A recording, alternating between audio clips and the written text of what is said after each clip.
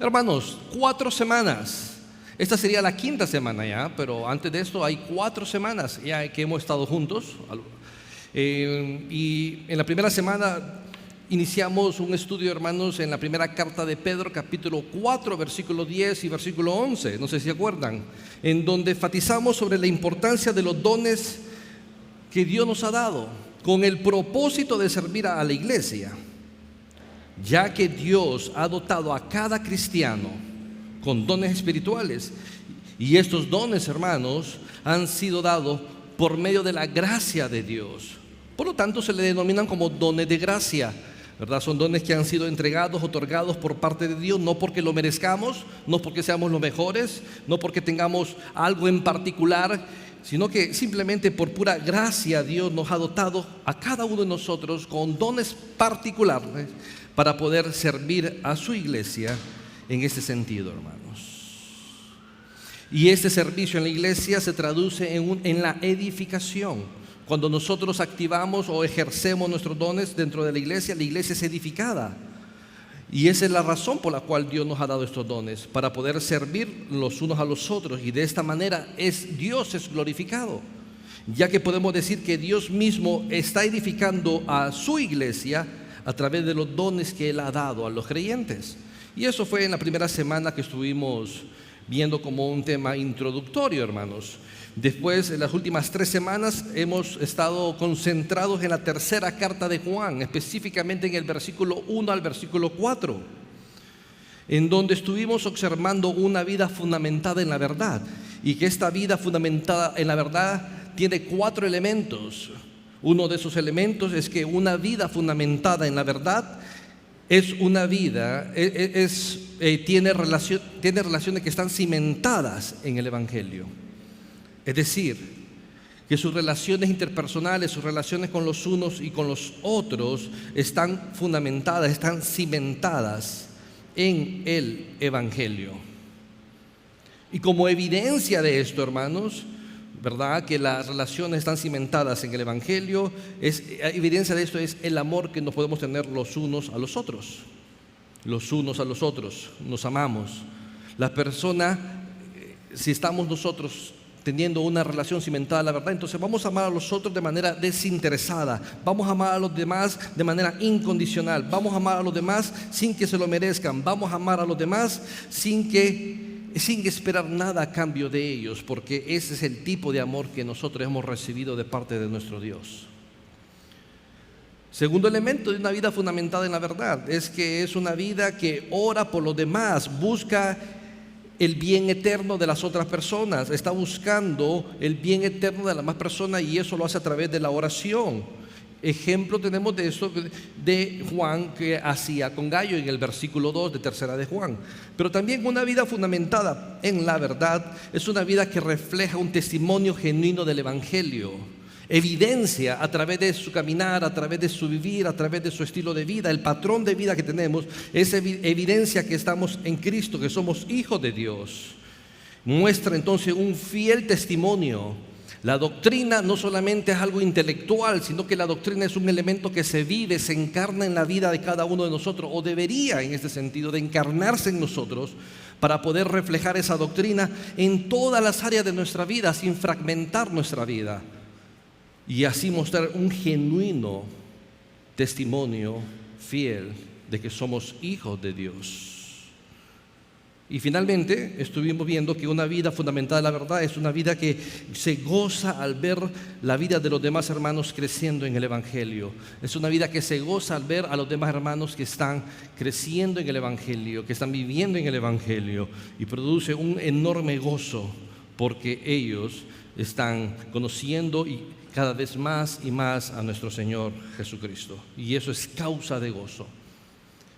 Pero en el día de hoy vamos a estar en tercera de Juan, en el versículo 5 al versículo 8, y comenzaremos una nueva sección en esta carta tercera de Juan, del versículo 5 al 8, en donde observamos 2 características de una vida fiel. 2 características de una vida fiel. La primera característica, hermanos, de una vida fiel es que sirve a los hermanos. Una vida fiel es aquella vida que sirve a los hermanos. Y la segunda característica de una vida fiel es que una vida fiel coopera con el Evangelio, coopera con la verdad. Y eso es lo que vamos a ver en el versículo 5 al 8 de la tercera carta de Juan. Si me acompañan la lectura con su vista, hermanos, tercera de Juan, versículo 5 al versículo 8, leemos y dice: amado, fielmente te conduces cuando prestas algún servicio a los hermanos, especialmente a los desconocidos, los cuales han dado testimonio ante la iglesia de tu amor, y harás bien en encaminarlos como es digno de su servicio a Dios, para que continúen su viaje, porque ellos salieron por amor del nombre de Él, sin aceptar nada de los gentiles. Nosotros pues debemos de acoger a tales personas para que cooperemos con la verdad. Y el versículo 5, como usted lo puede notar ahí, hermano, inicia con una palabra muy interesante y una palabra muy importante de transición. Y esa palabra de transición muy importante es la palabra amado. Esa palabra que aparece ahí, la primera palabra, amado, es una palabra muy importante y comunica por lo menos tres cosas, comunica por lo menos tres aspectos. El primer aspecto o elemento que comunica la palabra amado es que es una palabra de transición. Cada vez que Juan se refiere a Gayo como amado, de esta manera, a lo largo de la carta está introduciendo una nueva sección, está introduciendo un subtema sobre el tema principal de la carta. ¿Y cuál es el tema principal de la carta? Versículo 11. Amado, no imites lo malo, sino lo bueno. Ese es el tema principal de la carta. Imitar lo bueno, no lo malo. Por lo tanto, en el versículo 5, Juan está introduciendo una nueva sección. Y 3 veces se hace esto a lo largo de la carta de Juan, de la tercera carta de Juan. Observe el versículo 2, cómo inicia, amado. Observe el versículo 5, cómo inicia, amado. Observe el versículo 11, cómo inicia, amado. De manera tal que las veces que Juan hace esto y se refiere a Gayo como amado, introduce una nueva sección, un subtema del tema principal de la carta, que es imitar lo bueno. De manera tal que en el versículo 5, en este sentido, se está introduciendo esta nueva sección que tiene que ver con el tema de una vida fiel. Una vida fiel. De manera tal que a lo largo del versículo 5 al versículo 8 se va a demostrar que una vida fiel es aquella que sirve a los hermanos, que sirve a la iglesia, y es aquella vida que también que coopera con la verdad. Y ese es el primer elemento que nos introduce la palabra amado, un cambio de sección, una palabra de transición que inicia un nuevo tema. Porque el primer tema del versículo 1 al versículo 4, hermano, tenía que ver básicamente con una vida fundamentada en la verdad. Pero del 5 al 8 tiene que ver con el tema de una vida fiel. Y una vida fiel es aquella vida que sirve a la iglesia, sirve a los hermanos, sirve a Dios y que coopera con el Evangelio. Ese es el primer elemento que nos comunica la palabra amado, que está colocada ahí en el primer versículo. El segundo elemento que comunica el segundo elemento es que refleja el afecto que Juan tiene para con Gayo. Si usted lo nota, la única vez que Juan se dirige a Gayo usando su nombre es en el versículo 1. Pero después, hermanos, Juan no hace referencia de Gayo con su nombre propio, sino con este adjetivo que califica a Gayo de esta manera, como amado, una persona que ha recibido el amor de Dios, una persona que ha recibido el amor de Cristo y una persona que recibe el amor de la iglesia. Por lo tanto, la palabra también amado refleja el afecto que Juan tiene para con Gayo. Este afecto, hermanos, no es creado por las relaciones interpersonales que podamos tener los unos y los otros. Este afecto que Juan tiene para con Gayo no es creado por las cosas que se tengan en común entre los unos y los otros.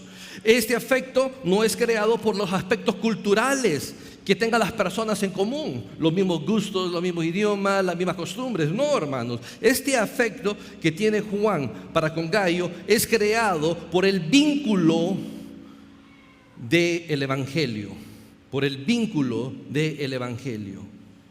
Ya que somos la familia de Dios y estamos en el Evangelio, Este afecto es creado por el Evangelio que nos une como familia, ya que Cristo es el vínculo de unión entre los cristianos. Cristo es quien nos une entre los unos y los otros.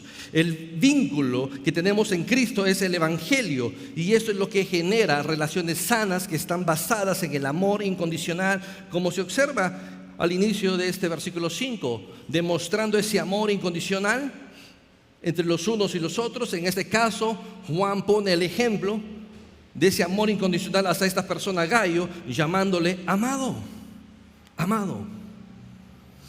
En este sentido, Juan, a través de la palabra amado, enfatiza su estima y afecto por Gayo. Y la razón de la estima es porque Gayo está haciendo algo por los hermanos, y es servirles. Les sirve, les está sirviendo. Esto refleja la fidelidad de Gayo. Es más, Gayo ha estado ofreciendo su hospitalidad, no por vínculos terrenales, no por vínculos familiares, porque Gayo ni los conocía a las personas a las cuales estaba sirviendo a estos hermanos a través de la hospitalidad, sino que el vínculo del servicio de Gayo hacia estos hermanos era el Evangelio, ya que estos creyentes ni conocían a Gayo y ni Gayo los conocía a ellos de manera personal. Para Gayo, el entender que estos hermanos que andaban predicando el Evangelio por el mundo en ese tiempo, para él el entender que ellos eran hijos de Dios, para Gayo entender que eran cristianos, era más que suficiente para poder servirles a ellos con sus dones, y no solamente con los dones que Dios había proveído para Gayo, sino que también le servía a través de lo que Dios había provisto en la vida de Gayo. Y esto es casa por medio del hospedaje y muchas otras cosas más en el transcurso del viaje de estos hermanos. De manera tal entonces que el segundo elemento de la palabra amado refleja ese afecto. Y ese afecto Juan lo ensalza, lo alaba en cierta manera, diciéndole que ha sido fiel en este servicio, pero revela el afecto que tiene o que debemos de tener entre los unos y los otros, y que de la misma manera como Juan tiene ese afecto por Gayo, Gayo debería tenerlo también por las demás personas, y este afecto se traduce en el servicio a través de los dones y servicio a través de lo que Dios ha provisto a cada uno de nosotros. El tercer aspecto de la palabra amado que aparece ahí también es muy importante, y es que la palabra amado, Juan lo usa de manera muy deliberada para llamar la atención de Gayo por segunda vez, porque ya lo había hecho en el versículo 2 cuando le dice: amado, yo deseo que tú seas prosperado en todas las cosas y que tengas salud, así como prospera tu alma. Ahí Juan había llamado la atención de Gayo, pero en el versículo 5 nuevamente Juan quiere que preste Gayo atención a la nueva idea que él va a introducir en el versículo 5, y esa es la razón por la cual Juan dice amado, y abre el versículo 5 con la palabra amado. Es decir, que Juan quiere asegurarse de que Gayo preste atención cuidadosamente a lo que va a comunicar en esta nueva sección. Gayo debe de entender dos aspectos importantes. En primer lugar, Gayo tiene que entender que el elogio de Juan es por su fidelidad al mostrar hospitalidad a los hermanos cristianos que viajaban para predicar el Evangelio en el mundo en ese tiempo, aunque no les conociera personalmente, pero debía de ser fiel en poderles servir a ellos. En segundo lugar, Gayo debía de entender que Juan le anima a que continúe haciendo lo correcto. ¿Y qué es lo correcto? ¿Qué es lo bueno? Como se afirma en el versículo 11 de la carta: amado, no imite lo malo, sino lo bueno. ¿Qué es lo bueno? Esto bueno es servir a los hermanos por medio de la hospitalidad, para permanecer en la verdad y en el amor, y así cooperar con el Evangelio, como lo dice claramente el versículo 8. Nosotros pues debemos de acoger a tales personas para que cooperemos con la verdad, cooperemos con el Evangelio. Gallo debía de ser fiel en el servicio, aunque Diótrefes se opusiera a ese servicio de manera violenta. Aunque tuviese oposición, Gallo tenía que permanecer fiel. Hermano, la fidelidad en el camino del Señor no depende si estoy en una circunstancia buena o una circunstancia mala. La fidelidad en el Señor no depende, no es negociable en este mundo. Si somos verdaderos hijos de Dios, tenemos que permanecer fieles sin importar la circunstancia en la cual nos encontremos. Y la circunstancia en la cual se encontraba Gallo no era nada favorable. Observe el versículo 9, 3 de Juan. Juan le dice a Gallo: yo he escrito a la iglesia, pero Diótrefes, ¿quién es Diótrefes? La Biblia lo dice, al cual le gusta tener el primer lugar entre ellos. Diótrefes era una persona que quería la preeminencia en la iglesia. Quería la preeminencia en la iglesia sobre las autoridades que Dios había establecido y sobre el mismo Cristo. Él quería la preeminencia, quería ser el primero. Y por esta causa, si yo fuera, recordaré las obras que hace, parloteando con palabras malignas contra nosotros. Y no contento con estas cosas, ¿con cuáles cosas? Con el recibir a los hermanos, con el hospedar a los hermanos, con el servir a los hermanos. ¿Qué hacía Diótrefes? No contento con estas cosas, no recibe a los hermanos, no los quería recibir. Y a los hermanos de la iglesia que los quería recibir, se los prohibía. Y es más, los expulsaba de la iglesia. De manera tal que había una oposición fuerte con respecto a esto. Y había una oposición fuerte en contra del servicio de Gallo con los hermanos. Y esa oposición fuerte era puesta por Diótrefes. Pero Gallo debía de permanecer fiel al servicio sin importar la oposición, sin importar las circunstancias, cuán hostiles sean. Y eso es lo que nos muestra esta carta. El permanecer fiel ante todo a Dios. No hacer concesiones con el mundo, sino permanecer fiel a Dios, a su palabra, sin importar las consecuencias, hermanos. Porque esta vida es pasajera, mas tenemos una vida eterna en Cristo Jesús en los cielos. Esta vida es efímera, no importa lo que nos pase en esta vida, si tenemos una eternidad para gozarnos en la presencia de nuestro Dios, para alabarle, glorificarle y exaltarle de manera eterna. De manera tal, hermano, que la fidelidad no es negociable. Y en el Nuevo Testamento vemos que esta fidelidad no era negociable a través de la iglesia en la persecución que hubo. Cada uno de los apóstoles fue fiel hasta el final. La pregunta sería, usted y yo, nosotros, ¿seremos fieles a Dios hasta el final?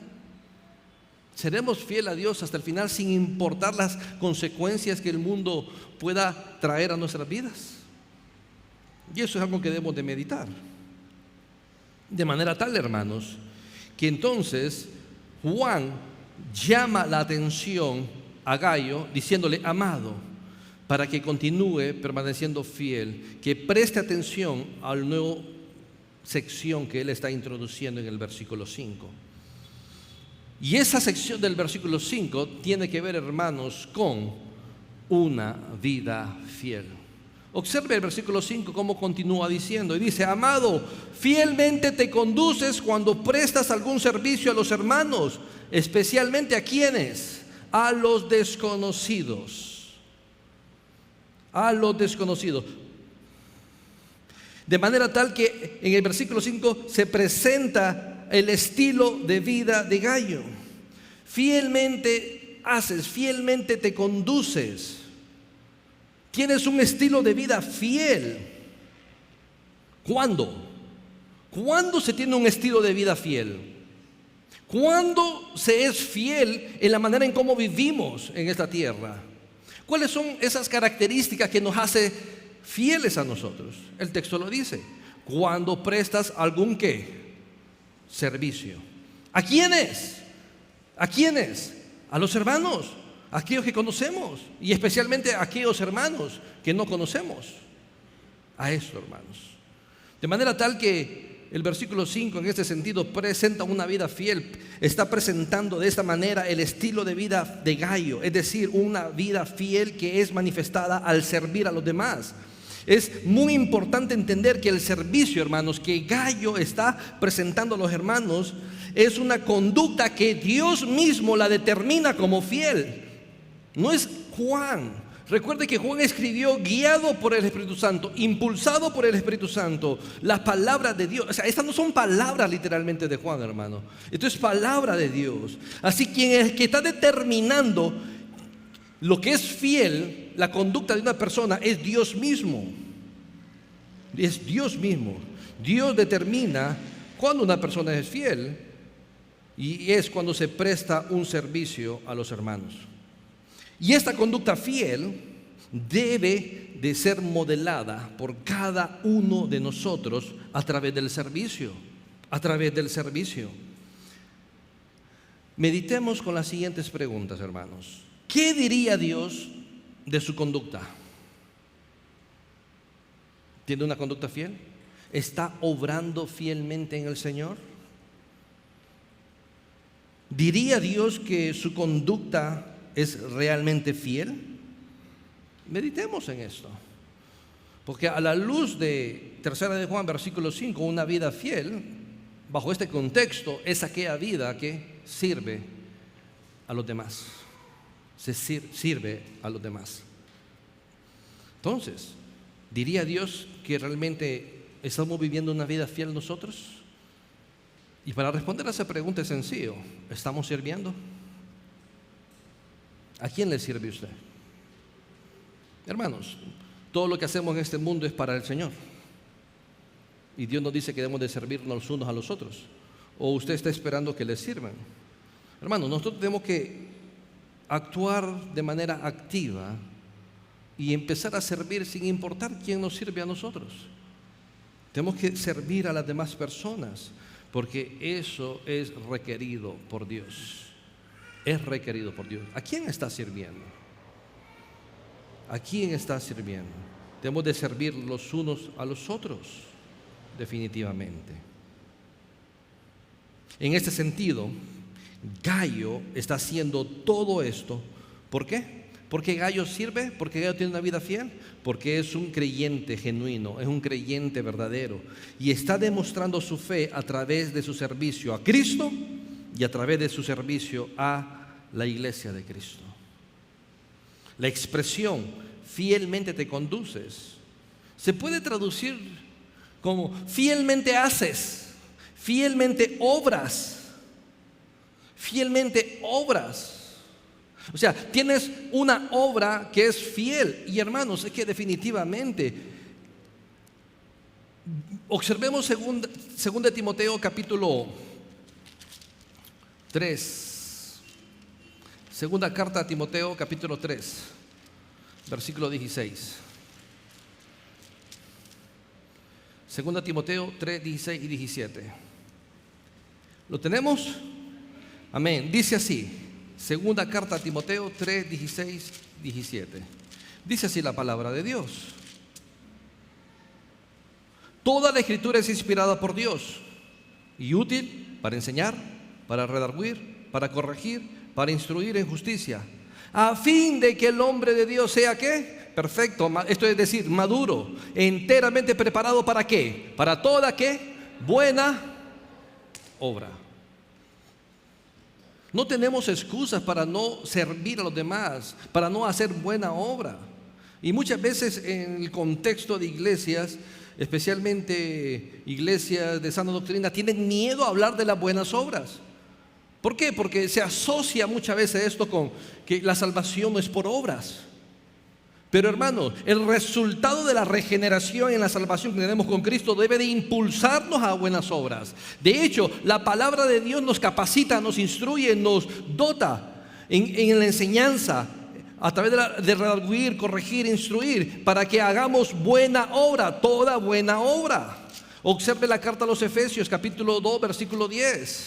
Efesios 2:10. Efesios 2:10. Pero antes de ir a Efesios 2:10, observemos Efesios 2:7. Para mostrar en los siglos venideros la abundante riqueza de su gracia en su bondad para con nosotros en Cristo Jesús, porque por gracia sois salvos, por medio de la fe, y esto no es de vosotros, pues don de Dios. Versículo 9, no somos salvos por obras, como dice el 9, no por obras para que nadie se gloríe. Pero observe el versículo 10, porque somos hechuras suyas creados en Cristo Jesús, ¿para qué? Para buenas obras. No somos salvos por obras, pero la salvación debe producir en nosotros buenas obras. Debe producir buenas obras, las cuales Dios preparó de antemano. ¿Qué preparó de antemano? Las buenas obras, para que viviésemos en estas buenas obras. Y es lo que dice Tercera de Juan. Literalmente, Tercera de Juan se puede traducir de la siguiente manera: fielmente obras a favor de los hermanos. Fielmente haces obras buenas a favor de los hermanos. La idea de esta expresión se puede traducir de la siguiente manera: estás actuando fielmente, estás haciendo algo que es fiel. Esto es las obras. ¿Y cuál es esta obra? El servir a los hermanos. O puede también comunicar la idea de tienes cuidado de actuar consistentemente con tu fe, ya que de esta manera de actuar se refiere al cumplimiento de un deber cristiano. Hermanos, si usted es un hijo de Dios, tiene que tener buenas obras, porque la palabra de Dios lo capacita para buenas obras, de manera tal que no tenemos excusa. Dios nos salvó para que hiciéramos buenas obras, de manera tal que no tenemos excusa. Y esas buenas obras, dentro del contexto de la tercera carta de Juan, hermanos, tiene que ver con el servir a los demás. El servir a los demás. Observe, tercera de Juan, versículo 5. Amado, fielmente obras, fielmente te conduces. ¿Cuándo? ¿Cuándo se conduce fielmente? Cuando prestas algún servicio, ¿a quiénes? A los hermanos, y especialmente a los desconocidos. La pregunta que debemos responder es la siguiente: ¿a quiénes está sirviendo Gayo? La respuesta es a los hermanos. En este sentido, hay dos grupos de personas a los cuales Gayo está sirviendo. Y estos grupos de personas son, primero, a los hermanos de la iglesia local, a los cuales obviamente Gayo conocía. Pero de manera especial, también está sirviendo a otros hermanos que eran extranjeros, que eran extraños, que desconocía Gayo. Y simplemente les servía porque Gayo sabía que eran genuinos hijos de Dios y mostraban una genuina fe. Este servicio consistía en que Gayo, sin duda alguna, les ofrecía hospedaje, alimentación, supliendo así sus necesidades durante su viaje, en el cual proclamaban la palabra de Dios, las verdades del evangelio en todo el mundo conocido en ese momento. Y hermanos, y es la manera como tenemos que servir nosotros.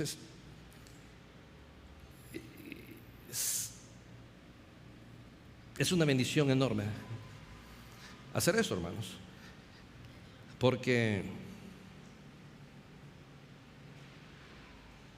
por la gracia y misericordia de Dios me ha tocado viajar por muchos países, predicando, proclamando la palabra de Dios, haciendo conferencias, instalando seminarios. Y en cada país que yo he ido, y que también el pastor Elías ha ido, hermano, nos abren las puertas de manera increíble de cristianos que yo no conozco, que nunca había visto en la vida. Ni yo no los había visto, ni ellos me habían visto, y abren las puertas de sus casas y nos sirven de una manera increíble. Y uno no siente barrera cultural. Uno no siente barrera cultural en esto. Se siente en casa uno. Se siente en familia. Y esto es lo que estaba sucediendo en este momento. Y por eso Juan anima a Gayo a poder servir a los hermanos, y especialmente a los desconocidos. Hermanos, la Iglesia Bautista Comunión, a través de su historia, ¿a cuántos hermanos ha recibido de otras naciones? Y les hemos servido a ellos de manera apropiada, de manera bíblica. Hemos sido hospitalarios con ellos. Hermanos, La hospitalidad no es un deseo del corazón de Juan solamente, no es un deseo de él, es una realidad en la mente de Dios. Porque la hospitalidad en el Nuevo Testamento es generalizada, es universal. No solamente Juan habla de este servicio no solamente a través de los dones, servicio a través de la hospitalidad, sino que también otros escritores bíblicos hablan de la hospitalidad. De manera breve, Romanos 12:13. Observe el libro de Romanos capítulo 12, versículo 13. Dice de la siguiente manera: compartiendo para las necesidades de los santos y practicando ¿qué, hermanos? La hospitalidad en la iglesia de Roma. Observe 1 Timoteo 3:2. Primera carta a Timoteo, Pablo le escribe a su discípulo, amado hijo en la fe, capítulo 3, versículo 2. Pero es necesario que el obispo sea irreprensible, marido de una sola mujer, sobrio, prudente, decoroso y hospedador. Y eso tiene que ver con hospitalidad, servicio. 1 Timoteo 5:10, observe, que tenga testimonio de buenas obras, si ha criado hijos y si ha practicado ¿qué? La hospitalidad. La hospitalidad. Es decir, ¿cuáles son los requisitos para que una iglesia pueda sostener a una viuda para ser puesta en la lista para la ayuda? Que sea puesta en la lista solo la viuda no menor de 60 años, que haya sido esposa de un solo marido, que tenga testimonio de buenas, miren, obras. ¿Y qué más? Y si ha criado hijos, y si ha practicado ¿qué? La hospitalidad. Un requisito de los deberes de la iglesia con respecto a las viudas, que debía de ser ayudadas. Y uno de esos requisitos era de ser que tuvo que haber practicado la hospitalidad. Tito 1:8, por ejemplo, la carta del apóstol Pablo a Tito 1:8, observe. Podemos leer desde el 7. ¿Por qué es necesario que el obispo sea irreprensible como administrador de Dios, no soberbio, no iracundo, no dado al vino, no pendenciero, no codicioso de ganancia deshonesta, sino que hospedador? No debe ser esto, pero sí tiene que ser hospedador.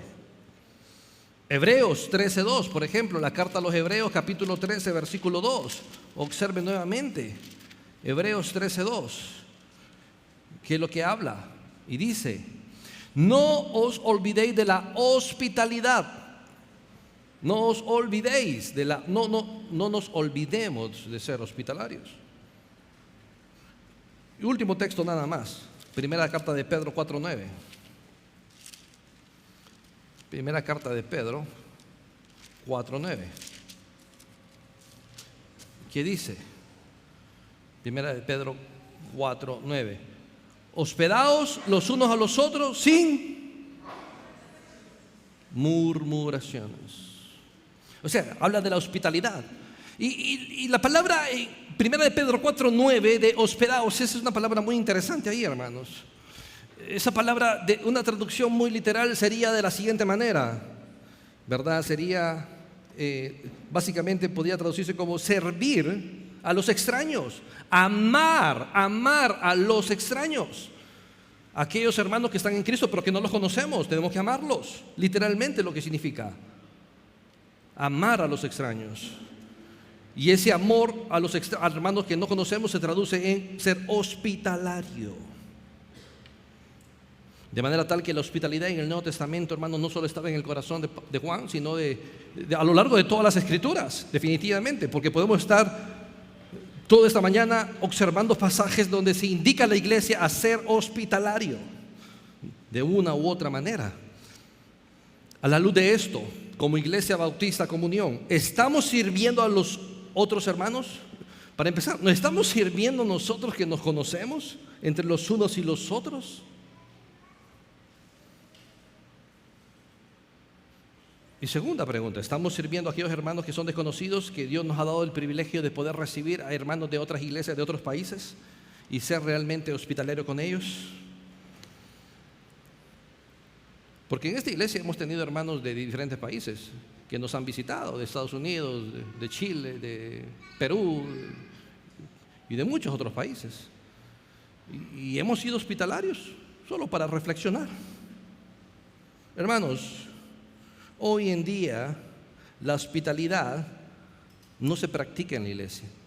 Y no se practica en la iglesia porque creemos que hospitalidad simplemente es el acto de hospedar a una persona, el abrir las puertas de la casa para hospedar a un hijo de Dios. Y definitivamente que la hospitalidad no solamente tiene este sentido, hermanos, sino que ser hospitalario es estar deseoso de entablar relaciones con los hermanos, y especialmente con los hermanos que nos visitan en la iglesia. La hospitalidad es una manera para que cada uno de nosotros conozcamos a los hermanos que son nuevos en nuestra congregación, y al mismo tiempo es una forma en que los hermanos nuevos conozcan la vida de la iglesia. ¿A cuántos hermanos, cuántas personas Dios ha mandado a comunión? Usted es testigo de eso. No los hemos buscado, ellos han venido.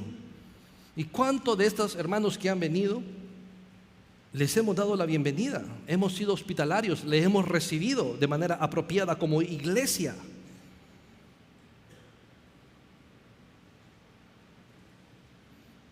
Muchas veces, hermanos, fallamos en este sentido. Esto debe de ser un recordatorio que nuestras reuniones y hospitalidad nunca deben de quedar marginados a las reuniones de los domingos. Responda a la siguiente pregunta: ¿a cuántas personas Dios ha enviado a esta iglesia y a cuántas de estas personas usted le ha dado la bienvenida? Usted no necesita permiso para dar bienvenida a los hermanos, recibirles y ser hospitaleros con ellos. Usted no necesita ni conocerles. Tiene toda eternidad para conocerles a ellos en Cristo. ¿Ha estado mostrando hospitalidad? Como iglesia, ¿hemos estado mostrando hospitalidad? ¿En qué área nos gustaría o deberíamos de mejorar con respecto a nuestra hospitalidad? Porque esto de ser hospitalario tiene que ver con el servir, hermanos, el servir. Esto es algo requerido por el Señor, como lo vimos a lo largo de las Escrituras en el Nuevo Testamento. Hermanos, Cristo nos pide que sirvamos a través de sus dones, pero también a través de la hospitalidad para con los demás. Y Cristo nos pide esto. ¿Por qué? Porque Él no nos pide que hagamos algo que Él antes no haya hecho. Cristo nos pide que seamos siervos, porque Él es un siervo. Y Él enseñó esto, de ser siervo. Observe Mateo 20, 26 al 28. Mas entre vosotros no será así, sino el que quiere hacerse grande entre vosotros será vuestro, ¿qué será? Vuestro servidor. El que quiere ser el primero entre vosotros será vuestro siervo. No como Diótrefes, quería ser el primero e imponerse y no servir, negaba el servicio. No, tenemos que ser como Cristo. Y Cristo nos enseña que quiere ser el primero, tiene que ser siervo. Y la razón de esto es el versículo 28. Como el Hijo del Hombre, es decir, Cristo, no ha venido para ser servido, sino para servir y dar su vida en rescate por mucho. Cristo mismo nos dio el ejemplo de ser siervos. Una y otra vez a lo largo de los evangelios se muestra a Cristo como el siervo, no solo aquí en su enseñanza, sino también en la vida práctica de Cristo Jesús. ¿Quién lavó los pies de los discípulos? Jesús, mostrando ese servicio a los demás, a los apóstoles, siendo uno de los actos no tan agradables en el Nuevo Testamento, porque en el Nuevo Testamento, hermanos, no tenían calles pavimentadas, tampoco usaban zapatos como los que usamos nosotros. lleno de tierra, lleno de polvo, lleno de muchos otros elementos no agradables. Y Cristo como siervo les lavó los pies a ellos, mostrando ser siervo. Pero un ejemplo más sublime de Cristo como siervo lo encontramos en Filipenses 2, 5 al 10. Un pasaje maravilloso en la carta de Filipenses capítulo 2, 5, que dice: pues haya pues en vosotros este sentir que hubo también en Cristo Jesús, el cual, siendo en forma de Dios, no estimó el ser igual a Dios como cosa a qué aferrarse, sino que se despojó a sí mismo. ¿Y cómo se despojó? Tomando forma de siervo, hecho semejante a los hombres, y estando en la condición de hombre, se humilló a sí mismo, haciéndose obediente hasta la muerte y muerte de cruz. Cristo, hermanos, tenemos que entender esto porque es muy importante. Cristo ha existido eternamente porque Él es Dios, desde antes de la fundación del mundo, poseyendo todos los atributos de la deidad. No se aferró a esa condición, puesto que no necesitaba aferrarse a ser como Dios, porque Él era Dios, porque le pertenecía por derecho de ser quien es Dios. Él ha sido y será por toda la eternidad Dios, sino que siendo Dios, tomó forma de siervo. Tomó forma de siervo. Y cito al doctor Carballosa, que dice lo siguiente, el doctor Carballosa afirma que este es el primer acto de la autohumillación de Jesucristo, en donde de manera voluntaria toma forma de siervo para servir a la humanidad.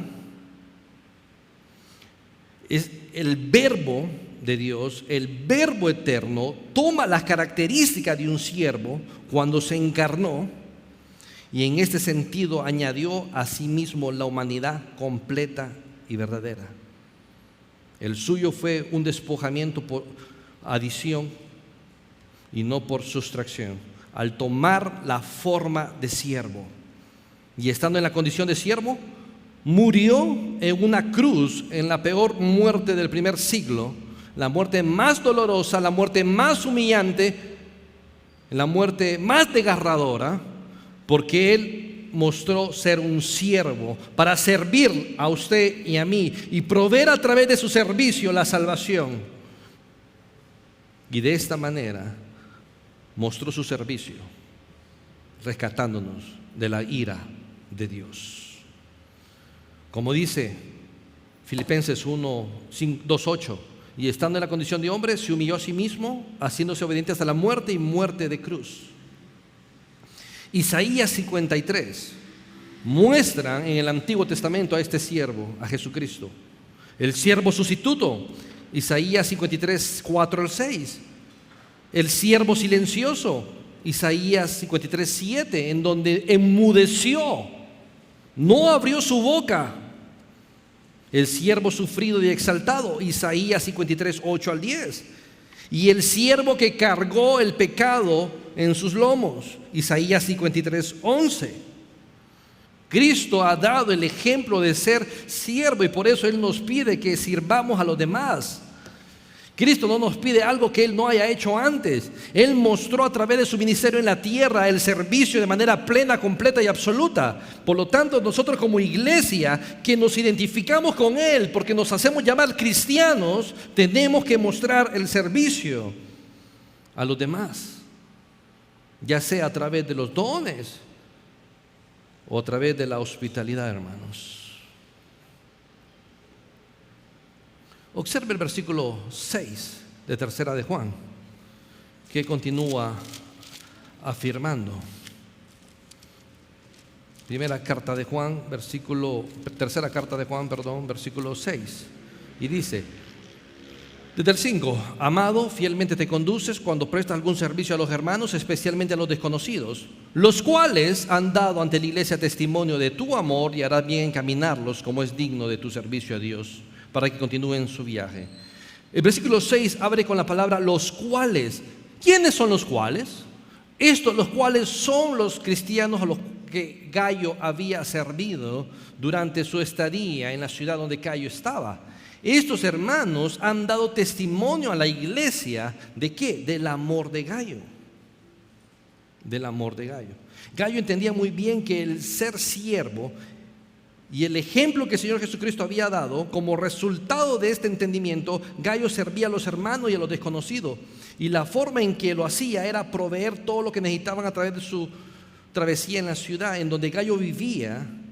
El servicio de Gayo quedó evidenciado en los hermanos, ya que ellos testificaron o anunciaron del amor de Gayo. El amor de Gayo es la evidencia de un nuevo nacimiento, como dice el versículo 6. Rápidamente, sin perder tercera de Juan 3:14. Primera de Juan 3:14. Observe que dice Primera de Juan 3:14. Nosotros sabemos que hemos pasado de muerte a vida en que amamos a los hermanos. ¿Y qué es lo que están testificando estas personas de Gayo en la iglesia? Han testificado ante la iglesia de tu amor, le dice Juan, del amor que tienes. Básicamente están diciendo que Gayo es un genuino hijo de Dios. Por lo tanto, el amor se ve reflejado a través del servicio que se brinda a las demás personas. Y esta es la realidad en la cual la iglesia tiene que estar viviendo. Nosotros tenemos que estar viviendo bajo esta realidad, ¿verdad? Y como termina el versículo 6 diciendo de la siguiente manera: y harás bien en encaminarlos como es digno de su servicio a Dios para que continúen su viaje. Como lo hemos dicho anteriormente, hermanos, el servicio de Gayo estaba basado en la hospitalidad, y parte de esa hospitalidad tenía que ver con encaminar como es digno a los hermanos. En este sentido, Juan está exhortando a Gayo a tratar a los representantes humanos, a los siervos de Dios, a los que andaban predicando el evangelio en ese tiempo, con honor y respeto apropiado, porque ellos eran portadores del mensaje del evangelio de Dios. Por lo tanto, tenían que ser tratados como dignos de lo que eran. Primero, hijos de Dios, hermanos, y aquellos que proclamaban el evangelio a las demás personas. Versículo 7, observen. Porque ellos, el versículo 7 introduce la razón por la cual entonces se debe de servir. Porque ellos salieron por amor del nombre de Él, sin aceptar nada de los gentiles.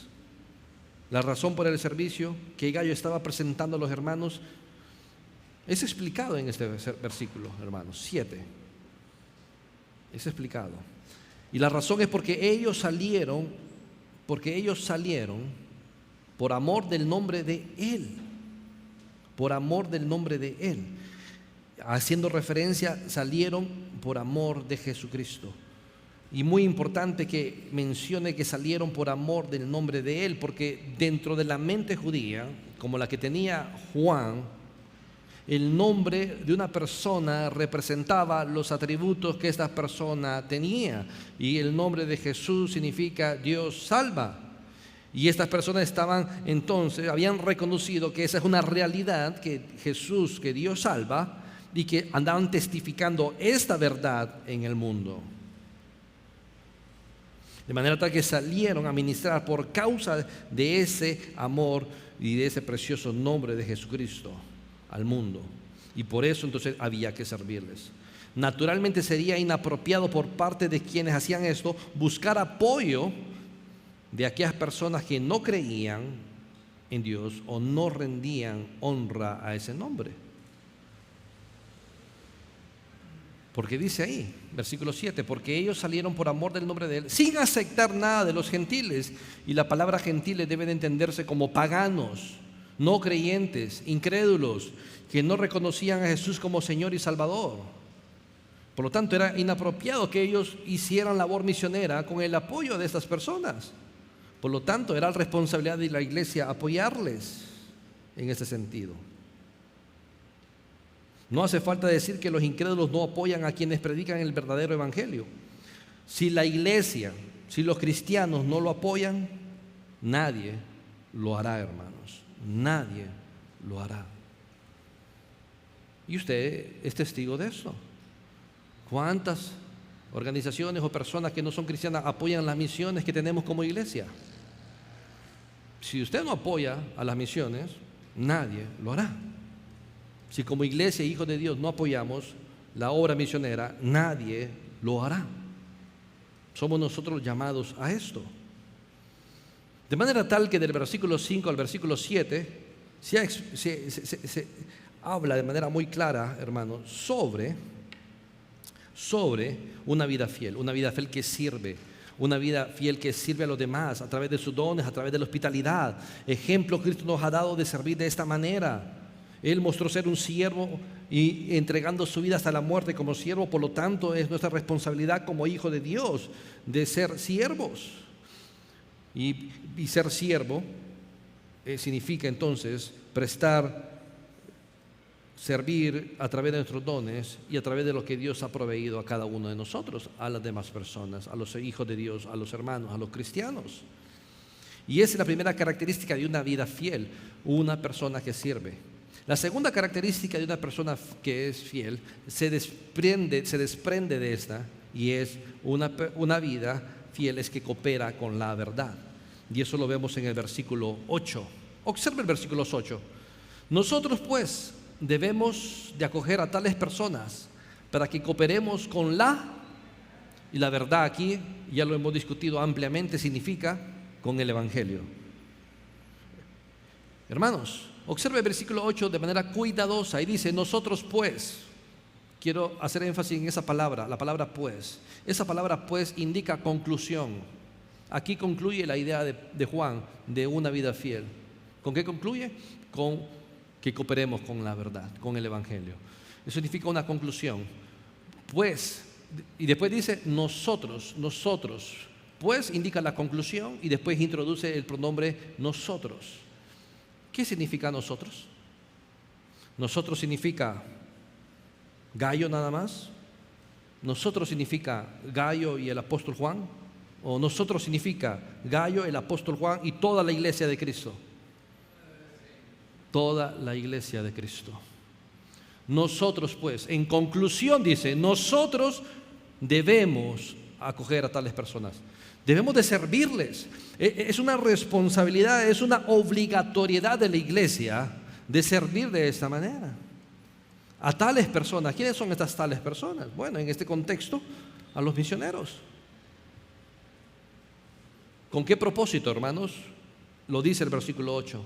Para que cooperemos con la verdad.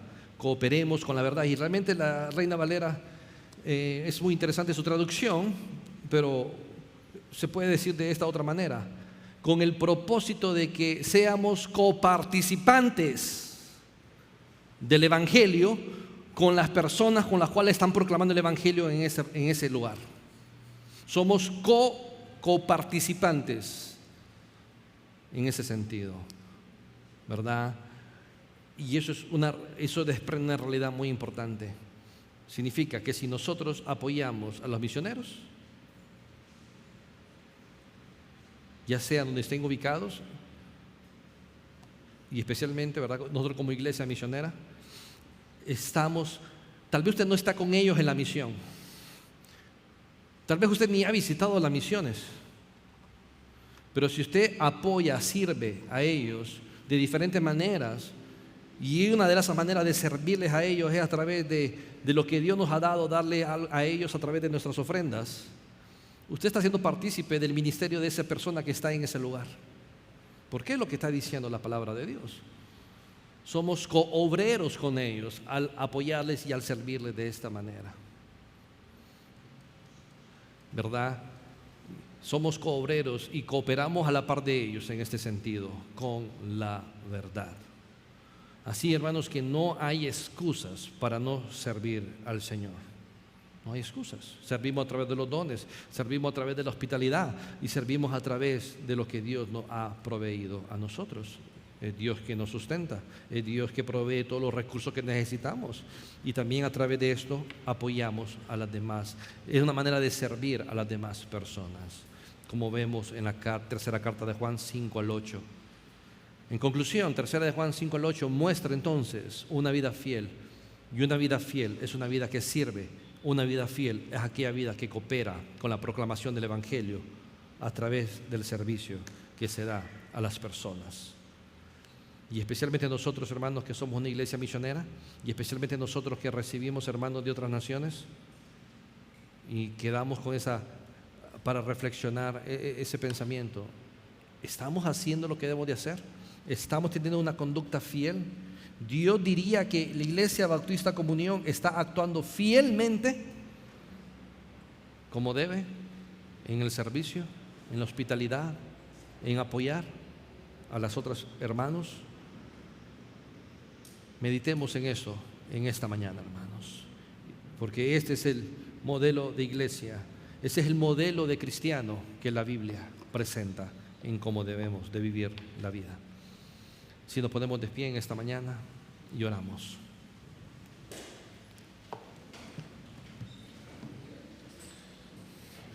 Dios eterno, gracias por tu palabra, porque ella nos enseña, redarguye, exhorta, instruye a Dios. Y a través de tu palabra, Dios, vemos nuestra pecaminosidad. A través de tu palabra que nos ilumina, podemos observar cuán pecadores somos nosotros, aún estando en ti, oh Dios. Y pecadores por omisión, Dios, porque muchas veces no hacemos lo que debemos de hacer como tu iglesia, como tus hijos. Ayúdenos a ser fiel en todo. Ayúdenos a tener esa proactividad y a servir de la manera como a ti te agrada, Dios. Porque tú nos has dotado con dones, porque tú nos has dotado con bienes, tú nos sustentas, Dios. Por lo tanto, no tenemos excusa para no servir. Y especialmente porque tú eres nuestro gran ejemplo de servicio, ejemplo de siervo. Tenemos que buscar ser siervos como iglesia. Ayúdenos a ser una iglesia que sirve. En el nombre de Jesús. Amén.